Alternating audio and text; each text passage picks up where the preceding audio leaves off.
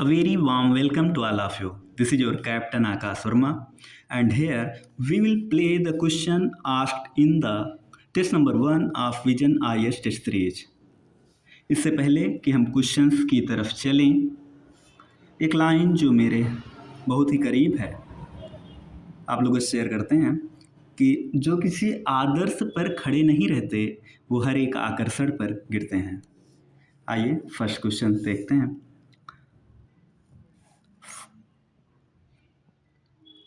पहला question citizenship से related है और जैसा कि हम सभी को पता है कि इंडियन कॉन्स्टिट्यूशन में part 2 article 5 to 11 Indian citizenship से डील करता है। इसमें कहा गया है कि वो कौन से तरीके हैं जिनसे एक सिटीजन अपनी सिटीजनशिप को खो सकता है। तो पहले क्वेश्चंस पे चलने से पहले हम लोग एक्टिव रिकॉल कर लेते हैं कि कौन से तरीके हैं जिनसे सिटीजनशिप लूज की जा सकती है।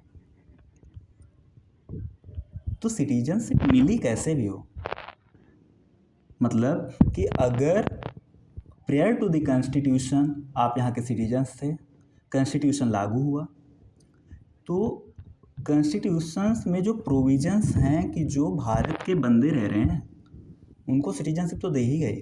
बाद में अगर अंडर एक्ट सिटीजनशिप एक्ट 1955 के तहत भी अगर आपको सिटीजनशिप मिली है नेचुरलाइजेशन या रजिस्ट्रेशन किसी भी तरीके से, तो दोनों तरीकों से मिली सिटीजनशिप इन 3 तरीके से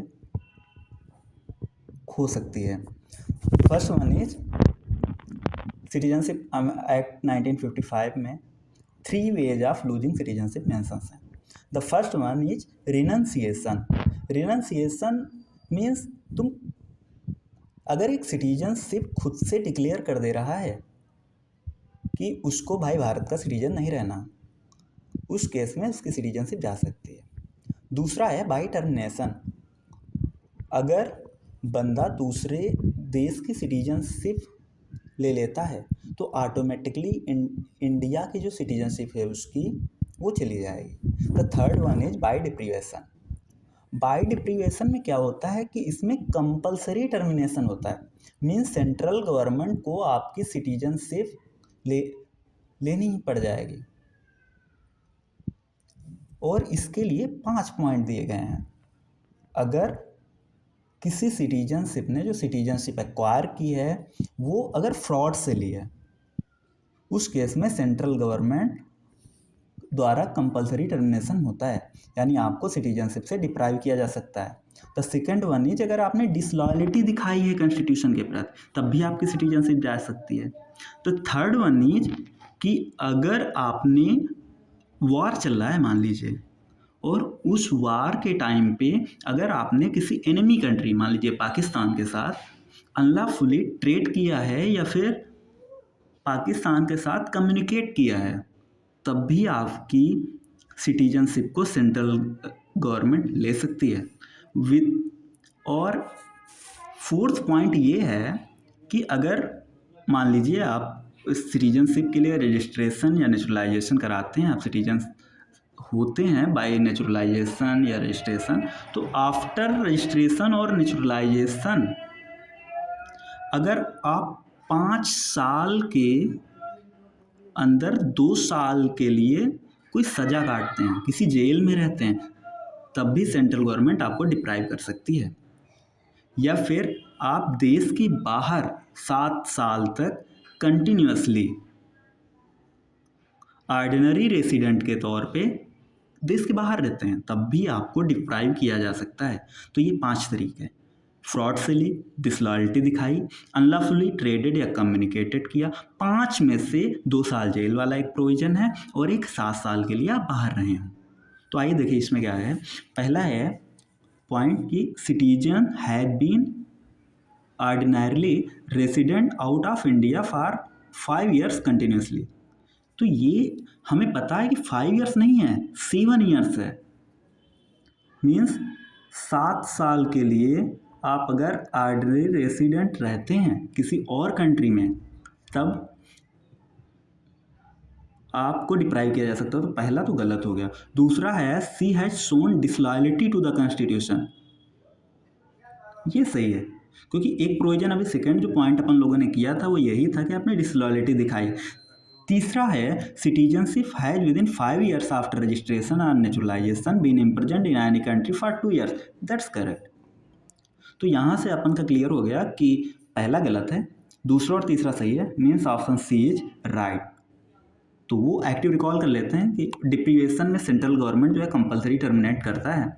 कौन से 5 केसेस हैं? पहला हो गया फ्रॉड वाला, दूसरा हो गया डिसलॉयलिटी आपने शो करी है, तीसरा हो गया कि अनलॉफुली ट्रेडेड या कम्युनिकेटेड किया है ड्यूरिंग वार टाइम, चौथा हो गया 7 साल के लिए आप रहे हैं, और पांचवा ये हो गया कि 5 साल में से 2 साल के लिए आपको जेल हो गई है। चलिए दूसरे क्वेश्चन पर चलते हैं। दूसरा क्वेश्चन क्या कहता है? बेसिक स्ट्रक्चर डॉक्ट्रिन से रिलेटेड है। बेसिक स्ट्रक्चर डॉक्ट्रिन, तो इसके बारे में तो सबको पता है कि मतलब जनरली केशवानंद भारती केस जो 1973 का था उसमें डॉक्ट्रिन इवॉल्व हुई।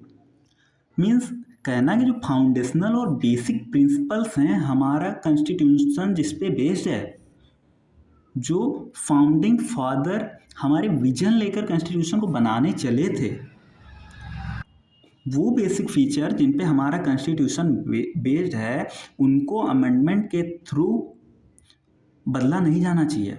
मेन इसका मोटो यही है। तो इसके लिए केशवानंद भारती केस में ये डॉक्ट्रिन इवॉल्व हुई थी। तो इसमें जो पहला पॉइंट इन्होंने दे दिया कि इट फर्स्ट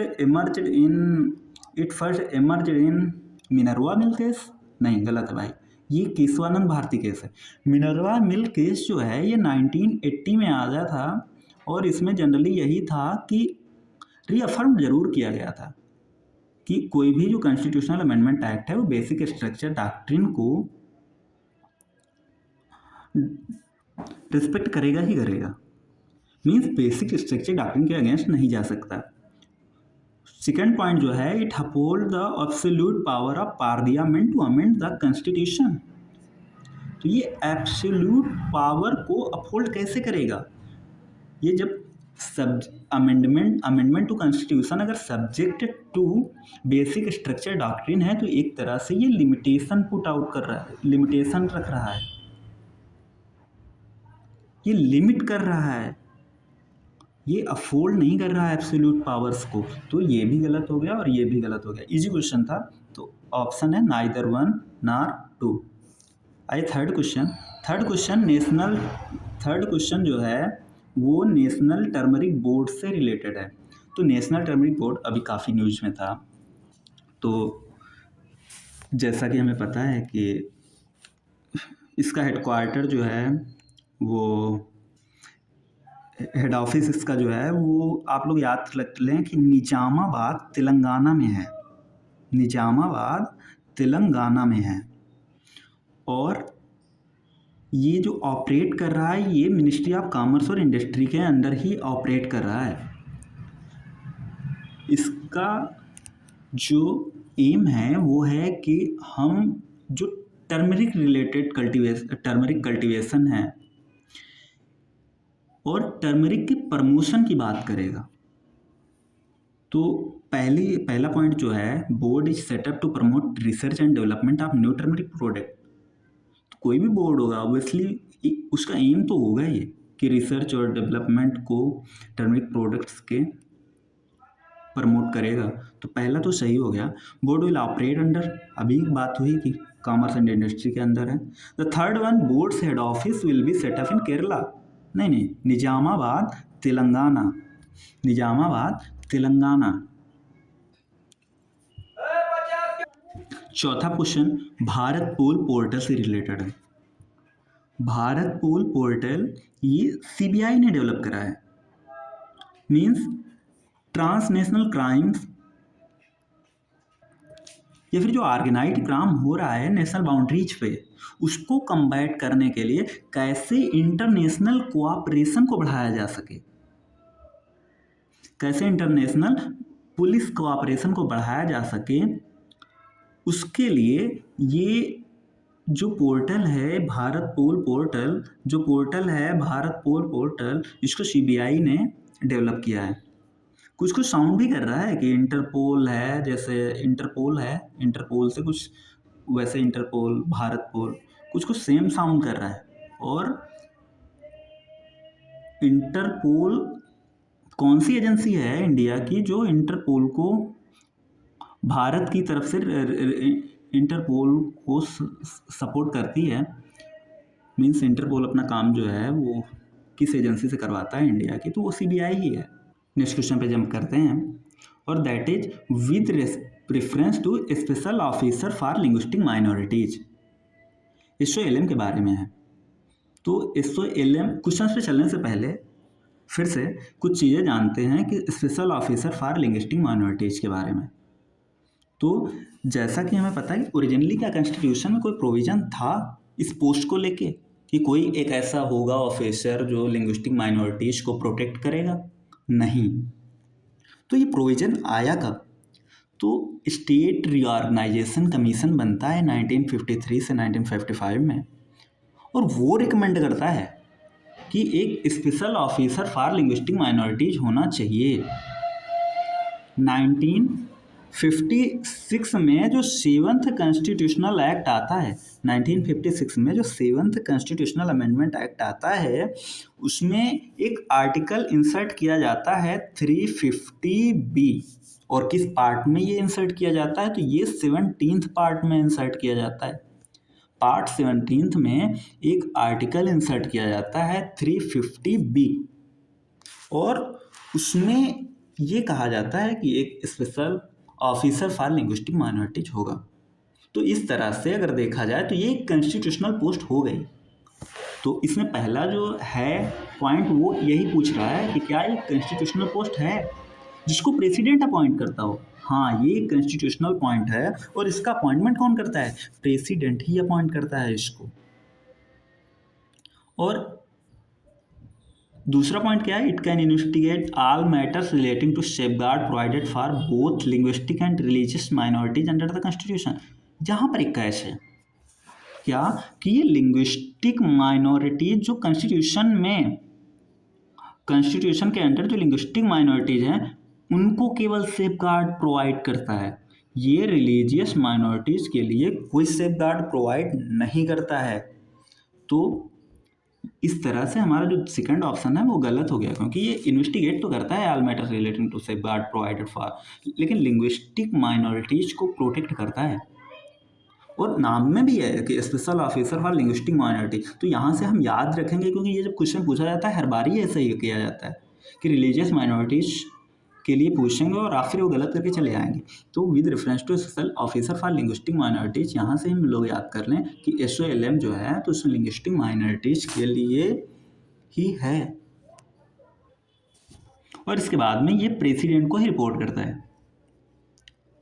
तो ये भी पूछा जा सकता है कि कब रिपोर्ट करता है? एनुअली करता है? नहीं, ऐसे इंटरवल पे करता है जब प्रेसिडेंट इसको डायरेक्ट करे कि हाँ भाई लाओ रिपोर्ट प्रेजेंट करो, तब ये अपना रिपोर्ट प्रेजेंट करता है।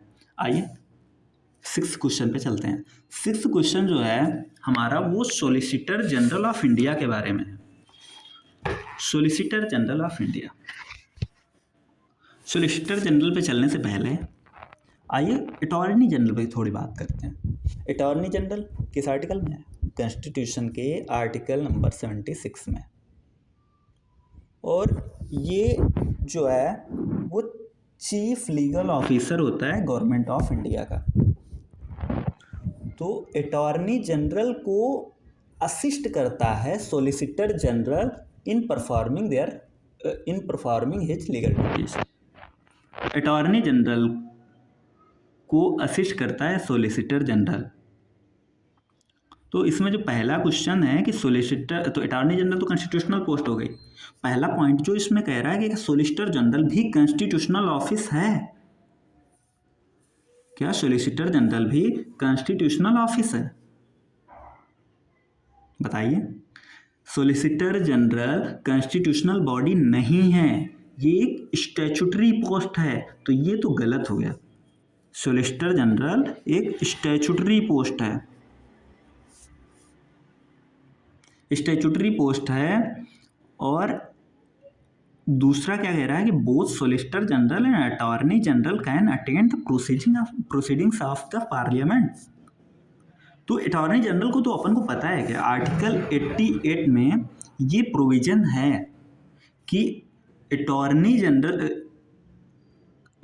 जनरल जो है उसको right to attend and participate in parliamentary proceedings है। लेकिन वहाँ भी एक है कि कैश है कि वो वोटिंग नहीं कर सकता है। उसको एमएलए जैसी प्रिविलेज मिली हैं कि जैसे एमएलए अटेंड करता है, पार्टिसिपेट करता है, लेकिन एमएलए मेंबर्स है तो वो वोट भी कर सकता है, लेकिन अटॉर्नी जनरल वोट नहीं कर सकता। तो क्या ये जो प्रिविलेज अटॉर्नी जनरल को मिली है क्या सॉलिसिटर जनरल को भी मिली है? ऐसा क्वेश्चन है। ये तो बताइए, नहीं है भाई। सॉलिसिटर जनरल को ये ऐसी कोई प्रिविलेज नहीं मिली है। सॉलिसिटर जनरल के बारे में ब्रीफली अगर अपन बात करें तो एक स्टैट्यूटरी पोस्ट है। अटॉर्नी जनरल को असिस्ट करता है in performing his legal duties. इसको ऐसी कोई प्रिविलेज नहीं मिली है जो अटॉर्नी जनरल को मिली है कि अटॉर्नी जनरल को आर्टिकल 88 के अंडर पार्लियामेंट्री प्रोसीडिंग्स में right to attend and participate है, लेकिन वो वोट नहीं कर सकता बस। आइए क्वेश्चन नंबर 7 पे चल रहे हैं। 7वां क्वेश्चन है कि प्रियम्बल के बारे में है। प्रियम्बल बाद में हम लोग इसको कंप्लीट रिवाइज करेंगे, अभी के लिए क्वेश्चन देख लेते हैं। Preamble is justiciable in nature. बहुत ईजी स्टेटमेंट है भाई। प्रियम्बल इज, सबने पढ़ रखा होगा कि non justiciable. Preamble is non justiciable in nature. Non justiciable means कि आप कोर्ट नहीं जा सकते, आप कोर्ट नहीं जा सकते। दूसरा है कि preamble is part of the constitution. दूसरी तो सही है, क्योंकि इसको टाइम टू टाइम रिअफर्म भी किया गया है। बेरू बारीक यूनियन केस का जो क्वेश्चन ही था वो यूनियन केस, वो इसी में क्वेश्चन जो था वो था ही preamble is part of constitution और नॉट। इसके बाद में तो केशवानंद भारती में भी रिअफर्म कर दिया गया था कि preamble is part of the constitution. Preamble पे अपन इजी क्वेश्चन अगेन। तो statement 1 is incorrect but statement 2 is correct. Option D is right option. Preamble के बारे में कंप्लीट रिवाइज करते हैं अपन और चलते हैं क्वेश्चन नंबर 8 पे, फाइनेंस कमीशन के बारे में। फाइनेंस कमीशन क्वेश्चन पर चलने से पहले अगेन रिवाइज कर लेते हैं फाइनेंस कमीशन के बारे में। आर्टिकल 280 जो है फाइनेंस कमीशन के साथ डील करता है। तो फाइनेंस कमीशन एक बहुत अच्छी लाइन है जो मेंस में कोट कर सकते हैं। Finance commission is a balancing wheel of fiscal federalism in India. A balancing wheel of fiscal federalism in India. और फाइनेंस कमीशन के बारे में जब बात करते हैं तो एक कॉन्स्टिट्यूशनल बॉडी है, कॉन्स्टिट्यूशनल पोस्ट है, क्वासी जुडिशियल बॉडी है और इसको प्रेसिडेंट कंस्टिट्यूट करता है हर 5वें साल, एवरी 5th ईयर। और such earlier times as he considers necessary, या फिर उसको जब भी लगे कि हाँ ज़रूरत है कि एक फाइनेंस कमीशन को अपॉइंट किया जाए, वो फाइनेंस कमीशन बनाएगा। कंपोजिशन की बात करते हैं तो एक चेयरमैन होता है और 4 अदर मेंबर्स होते हैं। और इसके बारे में ये है कि ये जो ऑफिस है ये प्रेसिडेंट के प्लेजर तक होल्ड करता है, means hold office under pleasures of president. और क्या इनको रिपॉइंट किया जा सकता है इसके चेयरमैन और मेंबर्स को। तो हाँ, इसके चेयरमैन और मेंबर्स को रीअपॉइंट किया जा सकता है। They are eligible for reappointment. ये क्वेश्चन और आता है कि क्या कोई CJHC है, means chief justice of high court है, उसको क्या फाइनेंस कमीशन का चेयरमैन अपॉइंट किया जा सकता है? तो हाँ, ऐसा एक बारी हुआ है। फोर्थ फाइनेंस कमीशन के चेयरमैन थे पीवी राजामन्नार साहब। उस समय वो मद्रास हाईकोर्ट के पहले वो मद्रास हाईकोर्ट के चीफ जस्टिस भी थे। उनको चेयरमैन बनाया गया था। कौन सा? चौथा। तो देखो भाई, पार्लियामेंट ने finance commission miscellaneous provisional act 1951 में क्वालिफिकेशन चेयरमैन्स की और अदर मेंबर्स की स्पेसिफाई कर रखी हैं।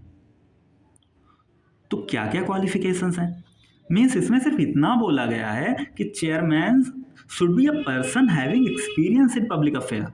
मतलब चेयरमैन कोई एक ऐसा बंदा होगा जिसको पब्लिक अफेयर्स में एक्सपीरियंस होना चाहिए। अब वो बंदा स्टेट के 3 ऑर्गन में से किसी का भी हो सकता है, चाहे वो एग्जीक्यूटिव हो, लेजिस्लेटिव हो या फिर जुडिशरी हो, कोई भी एलिजिबल हो सकता है।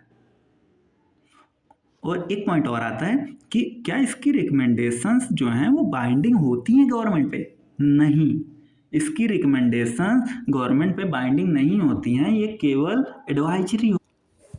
तो हमने अभी तक क्या क्या देखा कि फाइनेंस कमीशन जो है आर्टिकल 200 से डील करता है, बैलेंसिंग व्हील है fiscal federalism in India, quasi judicial body है, प्रेसिडेंट कंस्टिट्यूट करता है हर 5वें साल या जब भी उन ज़रूरत समझता है, एक चेयरमैन है, 4 मेंबर्स हैं, ऑफिस प्रेसिडेंट के प्लेजर तक होल्ड करता है, रीअपॉइंटमेंट के लिए एलिजिबल है।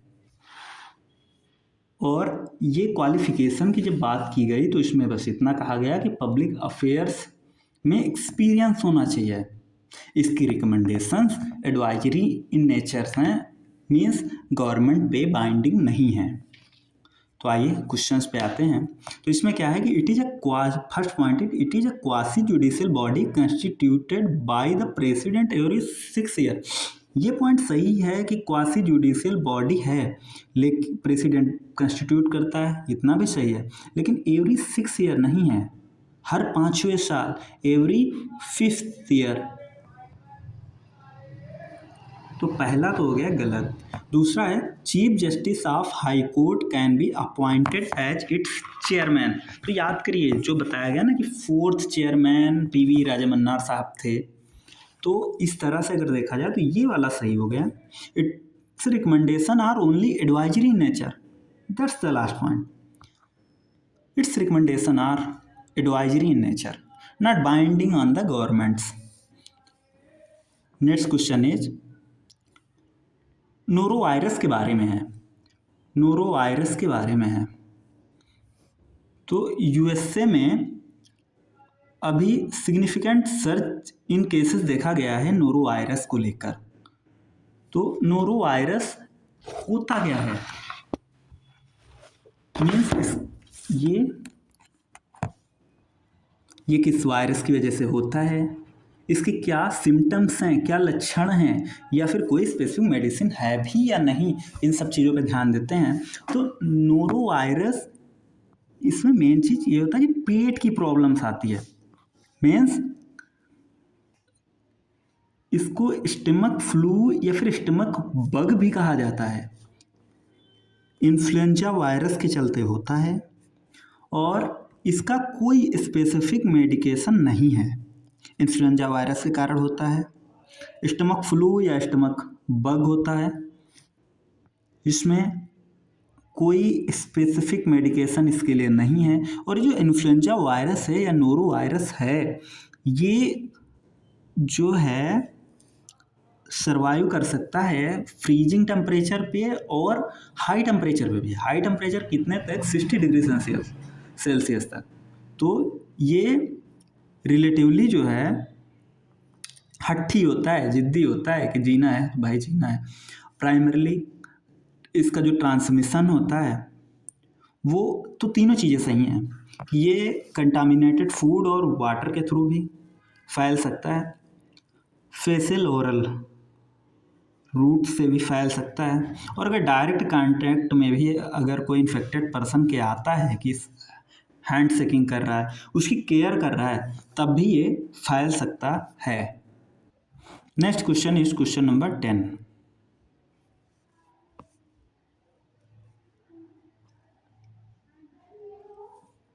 क्वेश्चन नंबर 10 जो है वो डीपीएसपी से रिलेटेड है।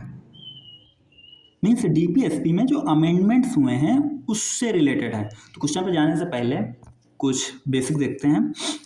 डीपीएसपी अब तक 4 बार अमेंड हो चुके हैं। एक तो 42nd कॉन्स्टिट्यूशनल अमेंडमेंट के थ्रू अमेंड हुआ था, दूसरा 44th कॉन्स्टिट्यूशनल अमेंडमेंट एक्ट के थ्रू हुआ था, तीसरी बार जो हुआ था 86 कॉन्स्टिट्यूशनल अमेंडमेंट के थ्रू हुआ था, और चौथी बार 97th कॉन्स्टिट्यूशनल अमेंडमेंट एक्ट के थ्रू इसका अमेंडमेंट हुआ था। तो जो 42nd कॉन्स्टिट्यूशनल अमेंडमेंट एक्ट है उसमें जो अमेंडमेंट हुआ था 4 नए डीपीएसपी जोड़े गए थे। द फर्स्ट वन इज 39, 4 जोड़े गए थे, उसमें था 39, 39A, 43A और 48A। 39 अभी ये भी एक्टिव रिकॉल कर लेते हैं कि 39, 39A, 43A, 48A क्या क्या थे ये। तो जैसा कि आप लोगों को याद ही होगा कि 39 जो है वो डील करता है opportunities for healthy development of children. 39A जो है वो इक्वल जस्टिस और फ्री लीगल एड देना है पुअर्स को।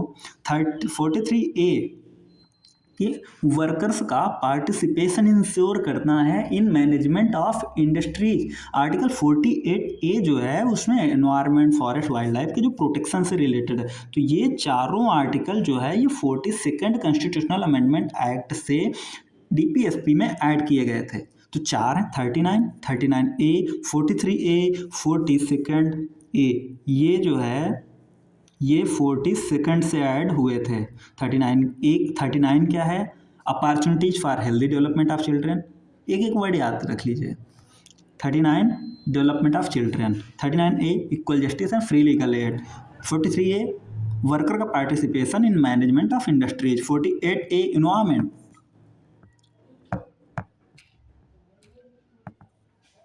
और अभी जो इसके बाद में जो 44th आता है, 44th में क्या हुआ था?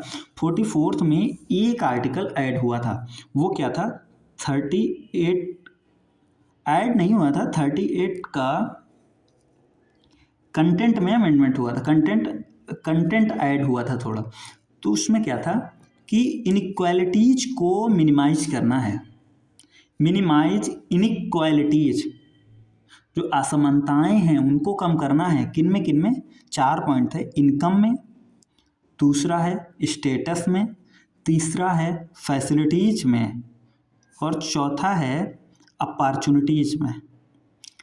मीन्स 44th कॉन्स्टिट्यूशनल अमेंडमेंट के थ्रू जो अमेंडमेंट आया था उसमें यह था कि to minimize inequalities in income, status, facilities and opportunities. इसके बाद में 86 के से अमेंडमेंट हुआ था। 86 में जैसा कि हम सभी को पता है कि अर्ली चाइल्डहुड केयर था, 0 से 6 ईयर्स के बच्चों को लेके। 43B ऐड हुआ था 97 से। 43B कैसे डील करता है? कोऑपरेटिव सोसाइटीज से। तो ब्रीफली अगर देखा तो हमने क्या क्या देखा कि डीपीएसपी अब तक 4 बार अमेंड हो चुके हैं, 42nd से, 44th से, 86 से, 97 से।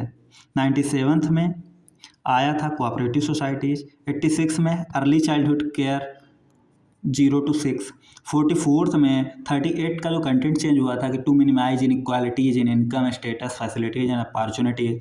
42 में 4 आर्टिकल आए थे, 39, 39A, 43A, 48A। 39 healthy development of opportunities for healthy development of children, 39A equal justice and free legal aid, 43A worker का participation in management of industries, 48 का A environment, forest and wildlife. तो आइए अब question पर आते हैं। तो इसमें ये पूछा गया है कि how many of the above directives were added by the 44th constitutional amendment act. 44th वाला पूछा गया, तो 44 से तो हमें डायरेक्टली याद होना चाहिए ना कि एक हुआ था मात्र, वो भी मिनिमाइज इन इनइक्वालिटीज वाला। तो दूसरा, तो ये क्या? To secure opportunities for healthy development of children. ये तो आर्टिकल जो है 39 है। 39 में जो कंटेंट ऐड हुआ था ये 42nd के थ्रू हुआ था, to protect and improve the environment and to safeguard forest and wildlife. ये भी 48 का ए है, 48 ए है, और ये भी 42nd से आया था। दो और रह गए, equal justice and free legal aid 39 A और 43 ए मीन्स वर्कर का participation in management of industry. I hope ये भी क्लियर हो गया होगा। तो how many of the directives are added by 44th amendment to the constitution? Only one is the right option. Now question number 11, direct democracy. Which are the following are devices of direct democracy? Again easy question. Direct democracy, अच्छा कोई आप एक देश बताइए जहाँ पर direct democracy है। तो ये जो देश आता है ये है, एक नाम जो आ रहा है कि स्विट्जरलैंड। स्विट्जरलैंड, यहाँ पर डायरेक्ट डेमोक्रेसी आप देख सकते हैं। तो ये डायरेक्ट डेमोक्रेसी 4 चीज़ें दी गई हैं, कौन कौन सी इसमें होती हैं? First one is referendum, second is recall, third is initiative, fourth is plebiscite. ये चारों हैं डायरेक्ट डेमोक्रेसी की डिवाइसेस हैं, मीन्स ऑप्शन डी सही। तो रिफरेंडम नाम से भी क्लियर है यार, लगभग referendum means something you refer, recall वापस बुलाना, इनिशिएटिव इनिशिएट कर रहे हो कुछ, प्लेबिसाइड जनमत। रिफरेंडम, जनरली रिफरेंडम क्या होता है? तो रिफरेंडम में क्या होता है कि यहाँ पर इलेक्टोरेट जो होता है ना, उसको लेजिस्लेशन प्रपोज्ड किए जाते हैं और फिर इलेक्टोरेट डायरेक्ट वोटिंग करता है। मीन्स इलेक्टोरेट को लेजिस्लेशन इलेक्टोरेट को प्रपोज्ड किए जाते हैं और वहाँ डायरेक्ट वोटिंग होती है। तो प्रपोज्ड लेजिस्लेशन को इलेक्टोरेट को रिफ़र किया जाता है, वहाँ पर इलेक्टोरेट वोटिंग करेगा, इसके बाद में फिर देखा जाएगा कानून बनना है या नहीं बनना है।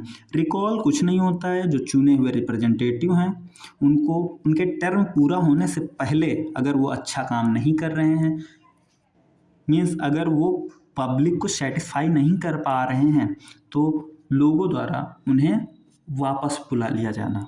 इनिशिएटिव, इसमें लोग ही इनिशिएट करते हैं। कोई अगर कानून बनाना है तो वो पीपल खुद से बिल प्रपोज करेंगे और लेजिस्लेचर को प्रपोज करके लेजिस्लेचर को देते हैं, इसके बाद में वो फिर बिल बनता है।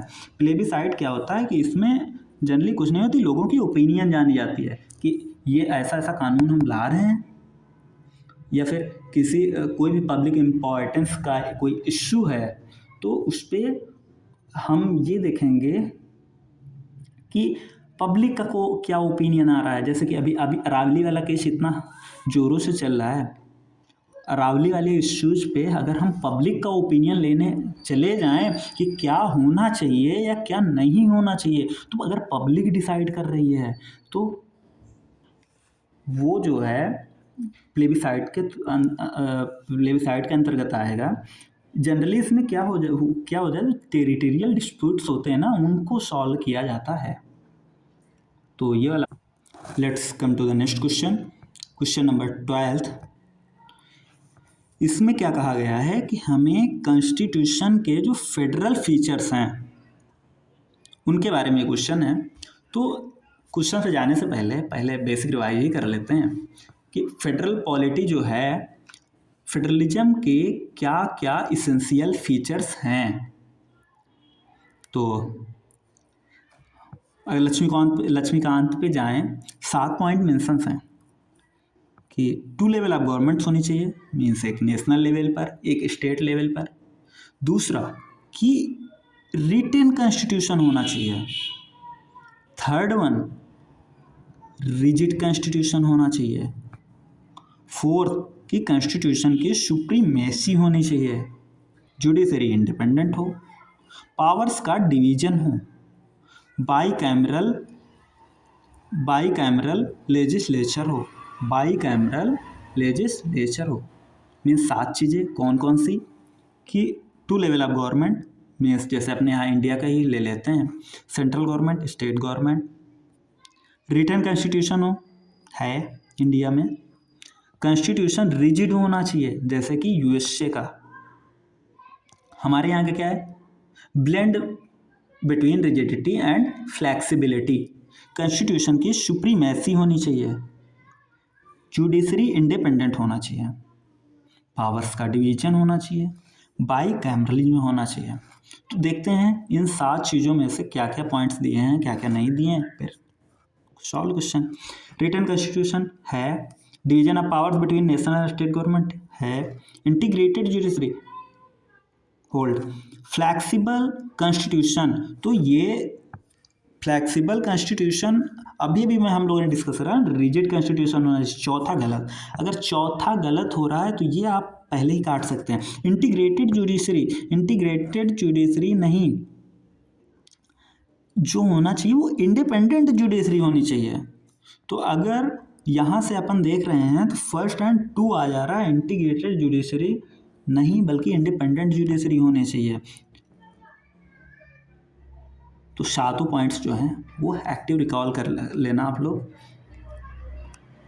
तो पहला है 2 लेवल ऑफ गवर्नमेंट्स, दूसरा है सुप्रीमेसी ऑफ कॉन्स्टिट्यूशन, तीसरा written constitution, rigid constitution, judiciary independent हो, पावर्स का डिवीजन हो, बाई कैमरलिज्म हो। तो एक और पॉइंट आ सकता है क्या, डुअल सिटीजनशिप इसेंशियल फीचर होगा क्या फेडरल पॉलिटी का, फेडरल फीचर्स का? क्योंकि अगर आप देखेंगे तो कुछ देश हैं जो कि फेडरलिज्म को फॉलो करते हैं और वहाँ पर डुअल सिटीजनशिप होती है। तो नहीं, क्योंकि कुछ देश ऐसे भी हैं जहाँ पर सिंगल सिटीजनशिप है और वो फेडरल कंट्रीज हैं। इंडिया का ही आप एग्जाम्पल ले लें कि इंडिया में सिंगल सिटीजनशिप है और फिर भी ये एक फेडरल कंट्री मानी जाती है। Next question is question number 13।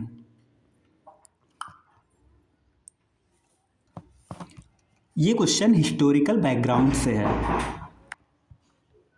ये है, in the context of historical underpinning of the Indian constitution, means कि कौन सा एक्ट ऐसा था जो पोर्टफोलियो सिस्टम को रिकॉग्नाइज करता था। कौन सा एक्ट ऐसा था कि जो पोर्टफोलियो सिस्टम को रिकॉग्नाइज कर। बहुत ईजी क्वेश्चन आ गया भाई। Indian councils act 1861। आइए रिवाइज कर लेते हैं ब्रीफली कि इंडियन काउंसिल्स एक्ट 1861 में क्या क्या हुआ था। तो पहला जो याद आ रहा है वो है कि इंडियन काउंसिल्स एक्ट 1861, तो जैसा कि 1857 में सिपाही म्यूटिनी हुई थी, तो इसके बाद में फिर जो इंग्लिश थे उन्होंने ज़रूरत महसूस की कि अब इंडियन को भी अगर हम लोग एडमिनिस्ट्रेशन में नहीं लेंगे तो मुश्किल हो जाएगा, तो इंडिया को रूल करना मुश्किल हो जाएगा। So Indians were included as non official members in the legislative process. तो ऐसे में पहला पॉइंट जो आता है वो कि 3 इंडियंस नॉमिनेट किए गए थे। तो अगर बता सकें आप लोग तो रिकॉल करिएगा। वैसे राजा बनारस के राजा थे, पटियाला के महाराजा थे और शिव प्रसाद सितारे हिंद, ये 3 नाम आपको याद आ रहे होंगे। यहाँ से क्या होता है, डिसेंट्रलाइजेशन की प्रोसेस स्टार्ट हुई। मीन्स जो बॉम्बे या फिर मद्रास की प्रेसिडेंसीज थी उनको फिर से पावर देना शुरू किया गया।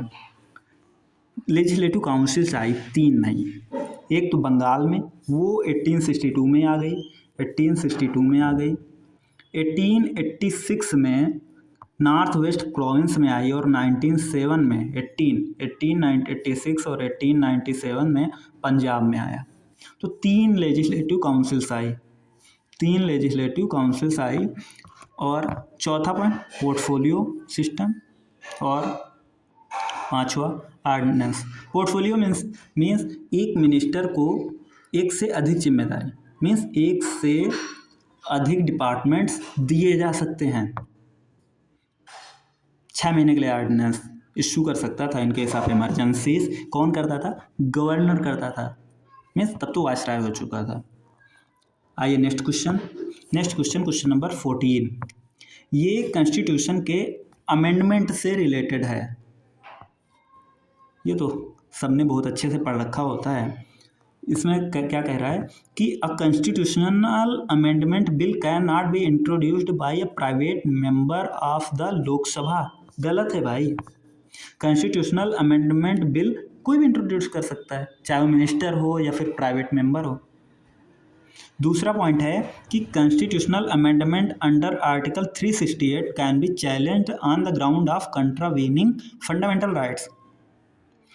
तो आर्टिकल 368 के अंदर जो कॉन्स्टिट्यूशनल अमेंडमेंट है, क्या उसको चैलेंज किया जा सकता है फंडामेंटल राइट्स को, अगर वो कंट्रावीन कर रहा है। तो इससे रिलेटेड एक मुद्दा उठा था कि 24th जो कॉन्स्टिट्यूशनल अमेंडमेंट एक्ट था 1971 का, 24th कॉन्स्टिट्यूशनल अमेंडमेंट एक्ट था जो 1971 का, उसमें ये कहा गया था कि जो कॉन्स्टिट्यूशन का अमेंडमेंट होगा अंडर आर्टिकल 368, उसको आर्टिकल 13 के अंडर लॉ कंसीडर नहीं किया जाएगा। आर्टिकल 12 क्या है? वो स्टेट को डिफाइन करता है। फंडामेंटल राइट में ये होता है ना कि फंडामेंटल राइट कुछ सिटीजन्स को राइट देते हैं, जो कि स्टेट उन राइट्स को देना, स्टेट को वो राइट्स प्रोवाइड करने ही पड़ते हैं। वो बेसिक राइट्स होते हैं, फाउंडेशनल राइट्स होते हैं, और ये जस्टिसिएबल होते हैं। तो वो जो स्टेट टर्म आ रहा है, उस स्टेट को डिफाइन करता है आर्टिकल 12। आर्टिकल 13 में ये है कि वो लॉज जो फंडामेंटल राइट को ब्रीच करेंगे वो नल एंड वाइड हो जाएंगे। तो वो जो टर्म लॉ आता है वो आर्टिकल 13 में डिफाइन है। तो वो जो आर्टिकल 13 में जो टर्म लॉ आता है, वो लॉ आर्टिकल 368 के अंदर जो अमेंडमेंट है, वो दोनों सेम चीज़ नहीं है। और इस तरह से फिर ये फंडामेंटल राइट्स को वायलेट कर रहे हैं, इस बेसिस पे इसको चैलेंज भी नहीं किया जा सकता। ये कहा गया था 24th कॉन्स्टिट्यूशनल अमेंडमेंट एक्ट 1971 में। ब्रीफली कर ले रहे हैं। आर्टिकल 13 में जो टर्म लॉ है, वो कॉन्स्टिट्यूशनल अमेंडमेंट बिल जो आर्टिकल 368 है, उसको वो लॉज नहीं माने गए थे। वो माना गया था कि वो लॉ है नहीं आर्टिकल 13 के अंदर जो डिफाइन है। तो इसको इस बेसिस पे अब चैलेंज नहीं करा जा सकता है कि ये फंडामेंटल राइट को वायलेट कर रहा है। लेकिन ये बाद में, जैसा सबको पता है, ये चेंज हुआ बाद में। और अभी तो फिर केशवानंद भारती जब केस आया, फिर से basic structure and doctrine evolve हुई। तो अभी तो ये जो कॉन्स्टिट्यूशनल अमेंडमेंट प्रोविजन है, ये subject to basic structure doctrine है। मीन्स ऐसा कोई प्रोविजन नहीं, अगर जो कोई भी अगर फंडामेंटल राइट्स है को ब्रीच कर रहा है, तो फंडामेंटल राइट्स को ब्रीच कर रहा है अगर कॉन्स्टिट्यूशनल अमेंडमेंट एक्ट, तो उसको चैलेंज किया जा सकता है। पहला जो अभी जो पहला पॉइंट है, constitutional amendment bill can not be introduced by private member कर सकता है, मीन्स ये गलत हुआ। Constitutional amendment under article 368 can be challenged on the ground of contravening fundamental rights, ये सही हुआ। आइए नेक्स्ट क्वेश्चन पर चलते हैं। क्वेश्चन नंबर 15 नंबर क्वेश्चन क्या कहता है? Marathi language has officially been granted the status of classical language. अच्छा, क्लासिकल लैंग्वेज से रिलेटेड है, तो बेसिक ही कर लेते हैं पहले। क्लासिकल लैंग्वेज अभी के लिए कितनी है? 11th, क्योंकि पहले 6 हुआ करते थे। 6 क्लासिकल लैंग्वेज पहले हुआ करते थे, जिसमें क्या क्या आता था? तमिल आती थी, जो 2004 में आई तमिल। 2005 में संस्कृत आई। इसके बाद में तेलुगु 8 में ही कन्नड़ा को लिया गया। तेलुगु और कन्नड़ा 2 और रह जा रही हैं, कौन कौन सी? मलयालम और उड़िया। मलयालम कब? 2013 में। उड़िया कब? 2014 में। तो पहले 6 लैंग्वेज हुआ करते थे, कौन कौन सी? तमिल, संस्कृत, तेलुगु, कन्नड़ा, मलयालम, उड़िया। लेकिन अभी रिसेंट में चेंज हुए थे और 5 लैंग्वेज और जोड़ी गई थी, जो आप लोगों को याद ही होगा, सभी को याद होगा। पाली, प्राकृत, असमीज, मराठी और बंगाली। अब देखिए इसमें कौन कौन से ऑप्शन दिए गए हैं, कौन कौन से नहीं हैं, आप लोग आराम से कर लेंगे कि कौन कौन से, मराठी के अलावा कौन कौन सी। कश्मीरी हम लोगों को पता ही नहीं है, गलत हो गया। पंजाबी नहीं है, गलत हो गया। गुजराती नहीं है, गलत हो गया। तो इसमें पहला ऑप्शन ऐसा बचता है जिसमें तमिल है, संस्कृत है, कन्नड़ा है और पाली है। तो ऑप्शन नंबर ए जो है वो सही हो गया। तो अभी ब्रीफली एक बार रिवाइज कर लेते हैं, 6 लैंग्वेज कौन कौन सी है जल्दी जल्दी। तमिल, संस्कृत, तेलुगु, कन्नड़ा, मलयालम, उड़िया, पाली, 5 और, पाली, प्राकृत, असमीज, मराठी, बंगाली। अच्छा, क्लासिकल लैंग्वेज बनाने से क्या क्या प्रॉफिट क्या हो सकते हैं, एकेडमिक बेनिफिट मिल सकता है। और ये भी होता है ना कि अगर कोई अगर क्लासिकल लैंग्वेज है तो जो मिनिस्ट्री ऑफ एजुकेशन है, एजुकेशन मिनिस्ट्री, वो कोई 2 मेजर एनुअल इंटरनेशनल अवार्ड्स भी प्रोवाइड कराता है स्कॉलर्स के लिए। फंडिंग मिल जाती है, रिसर्च वगैरह शुरू हो जाता है, यूनिवर्सिटी लेवल पे डिपार्टमेंट्स आ जाते हैं, काफ़ी कुछ। तो ये सब कुछ फ़ायदे हैं। अभी क्वेश्चन नंबर 15 हो गया, 16 पे आते हैं। 16th में ये है कि डीपीएसपी से रिलेटेड है अगेन। तो ये क्या कहता है कि DPSP have been useful to India because, तो डीपीएसपी भारत के लिए ज़रूरी हैं क्योंकि, अब देखिए 3 ऑप्शंस दिए गए हैं, अभी इसी में हम लोग करते हैं। They remind the authorities under the Indian union of the basic principles of the new social and economic order that the constitution aims at building. सही बात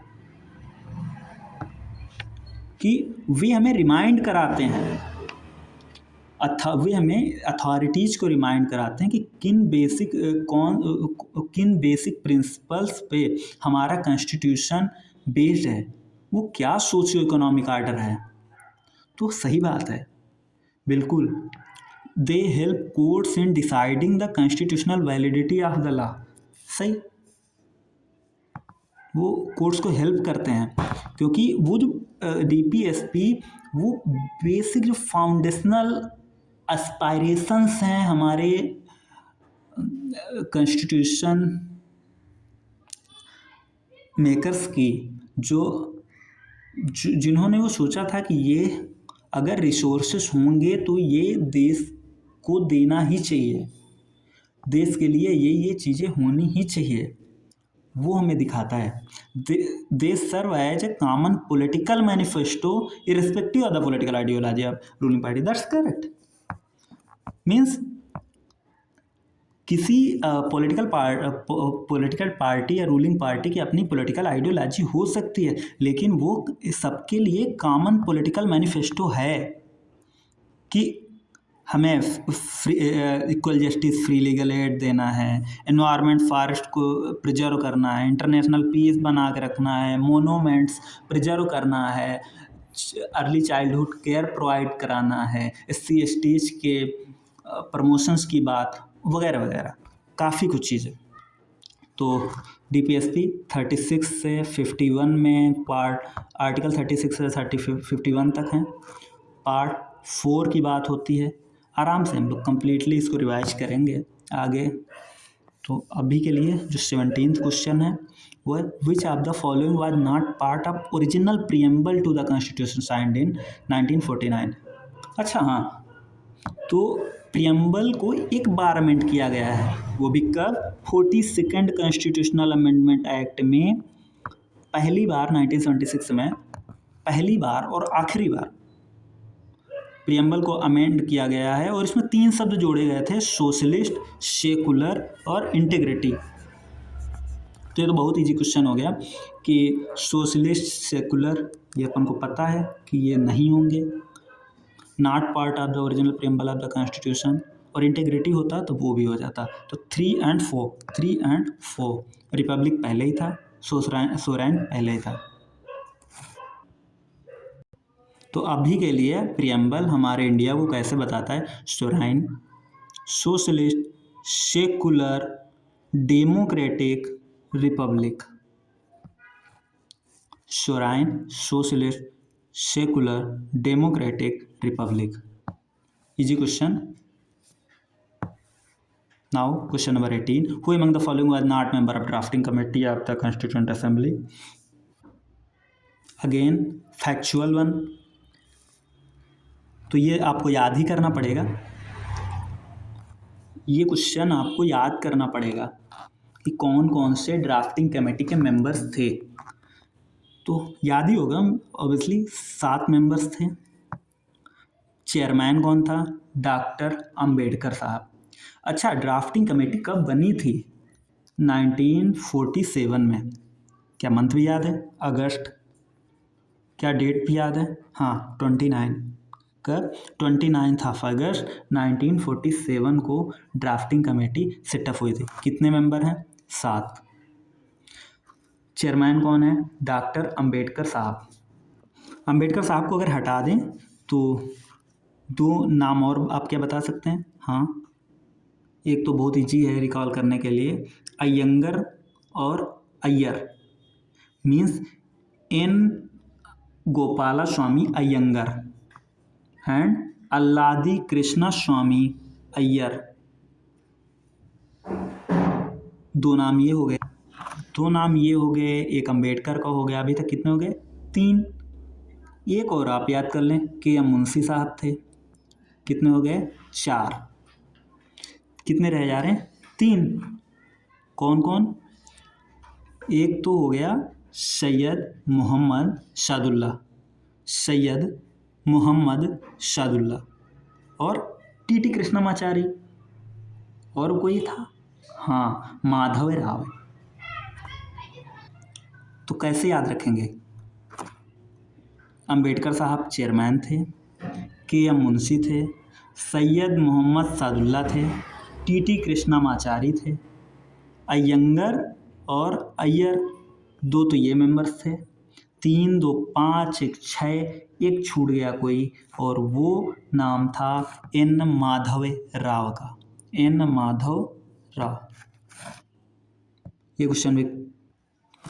और आपको ये भी पता होगा कि जो ये कॉन्स्टिट्यूएंट असेंबली थी, ये फर्स्ट ड्राफ्ट अपना फरवरी 1948 को पब्लिश करती है। फिर भारत के लोगों को 8 महीने का समय दिया जाता है कि आप इस ड्राफ्ट को पढ़ें, देखें, डिस्कस करें और अमेंडमेंट को प्रपोज करें। क्वेश्चन नंबर अभी 18 हो गया, 19th पे आते हैं। अगेन बहुत ईजी क्वेश्चन है कि क्वाड को लेकर है। Quad celebrated its 20th anniversary of cooperation. Which among the following group of countries are members of Quad? तो सबको पता है क्वाड कब आया था? 2004 की जो सुनामी आई थी ना, 2004 की जो सुनामी आई थी उसके बाद में इसको क्वाड इवॉल्व हुआ था। क्वाड का जो फाउंडेशनल कमिटमेंट है वो यही है कि ह्यूमैनिटेरियन असिस्टेंस प्रोवाइड करना, डिसास्टर रिलीफ प्रोवाइड कराना। इसके बाद में धीरे धीरे और भी कमिटमेंट्स आए, जैसे कि इंडो पैसिफिक जो है free and open Indo Pacific हो, आसियान्स की सेंट्रलिटी देखी जाए, और तीसरा पैसिफिक लेड जो रीजनल आर्किटेक्चर है उसको सपोर्ट किया जाए, या इंडियन ओशियन रिम एसोसिएशन को सपोर्ट किया जाए। ये इसके अलग के कमिटमेंट्स हैं। ये एक इनफॉर्मल ग्रुपिंग है।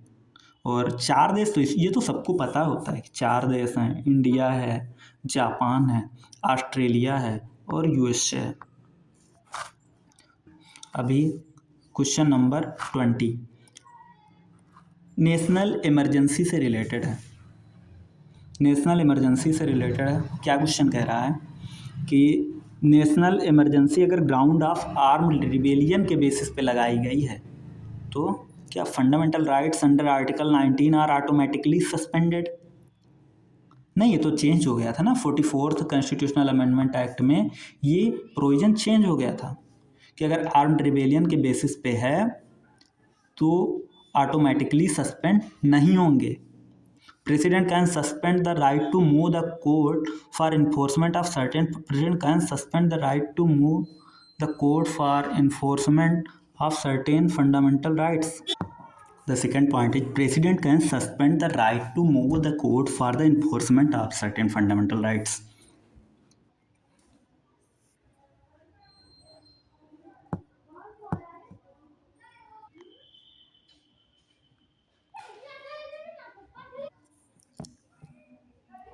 तो अभी अगर ब्रीफली हम समझें तो हमने इस पे क्या बात करा कि आर्टिकल जो 358 है वो ऑटोमेटिक सस्पेंशन की बात करता है आर्टिकल 19 के, लेकिन उसमें क्या होता है कि जब भी emergency comes article 9 out, automatically suspend हो जाएगा। कोई अलग से तुम्हें डिक्लेरेशन नहीं लाना है, कोई अलग से तुम्हें प्रेसिडेंशियल ऑर्डर नहीं साइन करवाना है। लेकिन आर्टिकल 359 में क्या है कि प्रेसिडेंट को सस्पेंड करना पड़ेगा। वो बाई प्रेसिडेंशियल ऑर्डर वो बताते हैं कि ये आर्टिकल्स हैं जो सस्पेंड किए जा रहे हैं, और ये भी बताते हैं किस पार्ट के लिए, पूरे इंडिया के लिए हैं या किसी पार्ट्स के लिए हैं।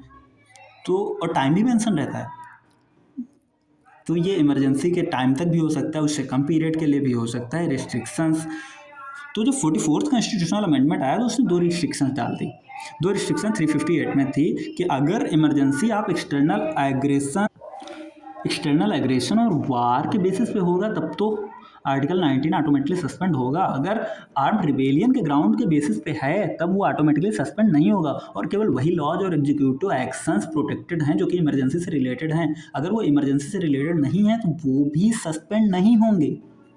आर्टिकल 359 को कैसे रिस्ट्रिक्ट किया गया कि आर्टिकल जो 20 और 21 है वो इन्फोर्सिएबल रहेंगे इवन ड्यूरिंग इमरजेंसी। ऐसा नहीं है कि इमरजेंसी लागू हुई तो आप आर्टिकल 20 से आर्टिकल 21 को के लिए कोर्ट में नहीं जा सकते हैं, उसके लिए जुडिशियल रिव्यू अवेलेबल होगा, और केवल वही लॉज या फिर वही एग्जीक्यूटिव एक्शंस प्रोटेक्टेड हैं जो कि इमरजेंसी से रिलेटेड हैं। हालांकि नेशनल इमरजेंसी वाला चैप्टर अभी हम लोग कंप्लीटली रिवाइज करेंगे क्योंकि ये मोस्ट इंपॉर्टेंट चैप्टर्स में से एक आता है, और इस क्वेश्चंस इसके कंटिन्यूसली मिलते ही रहते हैं, हर दूसरे साल आ ही जाता है ये क्वेश्चन। तो ऐसे में ये चैप्टर काफ़ी इंपॉर्टेंट हो जाता है। हालांकि अपने टेस्ट को हम लोग धीरे धीरे कंप्लीट करेंगे और छोटे छोटे पार्ट्स में करके कंप्लीट करेंगे। तो अभी 20 क्वेश्चंस हो गए हैं, आगे कोई क्वेश्चंस के लिए हम लोग दूसरे पार्ट में कर लेते हैं, पढ़ने में अच्छा लगेगा थोड़ा। चलिए ठीक है, फिर मिलते हैं बाद में।